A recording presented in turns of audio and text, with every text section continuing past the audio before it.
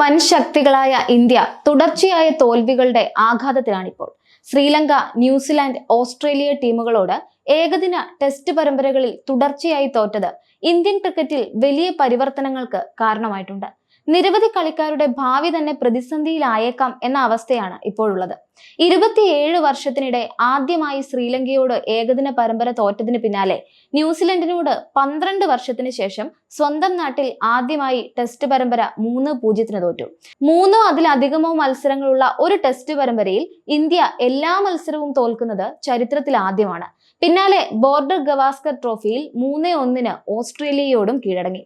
Sydney ടെസ്റ്റിൽ നിന്ന് മാറി നിന്നതോടെ രോഹിത് ശർമ്മയുടെ ടെസ്റ്റ് ക്രിക്കറ്റ് കരിയർ അവസാനിച്ചുവെന്ന് കരുതുന്നവരാണ് ഏറെയും. വിരാട് കോഹ്ലിയുടെ കരിയറും തുലാസിലാണ്. ഇന്ത്യയുടെ അടുത്ത ടെസ്റ്റ് ജൂണിൽ ഇംഗ്ലണ്ടിനെതിരെയാണ്. സത്യത്തിൽ ഒരു കിടിലൻ ഇന്നിംഗ്സിലൂടെ കോഹ്ലിക്ക് തന്റെ സിംഹാസനം തിരിച്ചു പിടിക്കാവുന്നതേ ഉള്ളൂ. എന്നാൽ കോഹ്ലിയിൽ നിന്ന് ഇനി അത്തരം ശ്രദ്ധേയമായ ഇന്നിംഗ്സ് ഉണ്ടാവില്ലെന്നാണ് ഇംഗ്ലണ്ടിന്റെ മുൻ താരവും കമന്റേറ്ററുമായ ഡേവിഡ് ലോയിഡിന്റെ അഭിപ്രായം. കോഹ്ലിയുടെ ഏറ്റവും മികച്ച കാലം കഴിഞ്ഞുപോയി എന്നാണ് അദ്ദേഹം പറയുന്നത്. 2024 കോഹ്ലി 24 ശരാശരിയിൽ 414 റൺസ് മാത്രമാണ് നേടിയത്. 36-ാം വയസ്സിൽ മുൻ ഇന്ത്യൻ നായകന്റെ ടീമിലെ സ്ഥാനം പോലും വലിയ പരിശോധനയ്ക്ക് വിധേയമാക്കാൻ ഇത് കാരണമായി. ദേശീയ ടീമിലെത്തിയ ശേഷം ഇത്തരമൊരു ഘട്ടത്തിലൂടെ അദ്ദേഹം കടന്നു പോകുന്നത് ഒരുപക്ഷെ ആദ്യമായിട്ടായിരിക്കാം. നാം കണ്ട മഹാനായ ക്രിക്കറ്ററുടെ പിൻഗാമിയെ കണ്ടെത്താൻ BCCI സെലക്ഷൻ കമ്മിറ്റിക്കും അതിന്റെ ചെയർമാൻ അജിത് അഗാർക്കർക്കും സമയമായി എന്നും ലോയിഡ് അഭിപ്രായപ്പെടുകയാണ്. കോഹ്ലി ഇംഗ്ലണ്ടിലേക്ക് പോയാൽ 4-ാം സ്ഥാനത്ത് ബാറ്റ് ചെയ്യരുതെന്നും ലോയിഡ് പറയുന്നു.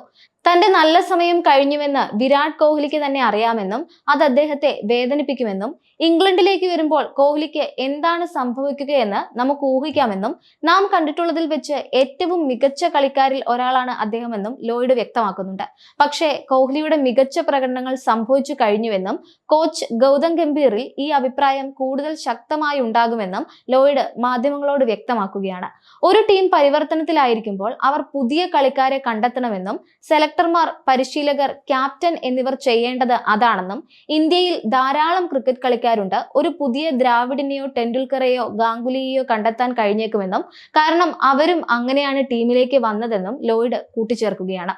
ക്രിക്കറ്റ് ചരിത്രത്തിലെ എക്കാലത്തെയും മികച്ച താരങ്ങളിൽ ഒരാളായ വിരാട് കോഹ്ലിക്ക് 2020 ശേഷം ടെസ്റ്റ് ക്രിക്കറ്റിൽ അത്ര മികച്ച റെക്കോർഡല്ല ഉള്ളത്. 2020 മുതൽ കളിച്ച 39 ടെസ്റ്റ് മത്സരങ്ങളിൽ 2028 റൺസ് മാത്രമാണ് കോഹ്ലിയുടെ സമ്പാദ്യം. 3 സെഞ്ചുറികൾ മാത്രമാണ് ഈ കാലയളവിൽ കോഹ്ലി നേടിയിട്ടുള്ളത്. 2024-25 സീസണിൽ 10 മത്സരങ്ങളിൽ നിന്ന് 382 റൺസ് മാത്രമാണ് കോഹ്ലിക്ക് നേടാനായത്. ഓസ്ട്രേലിയൻ പരമ്പരയിലെ ആദ്യ കളിയിൽ സെഞ്ചുറി നേടിയ കോഹ്ലി അതിനുശേഷം ഒരൊറ്റ കളിയിൽ പോലും മികച്ച രീതിയിൽ ബാറ്റ് ചെയ്തിട്ടില്ല.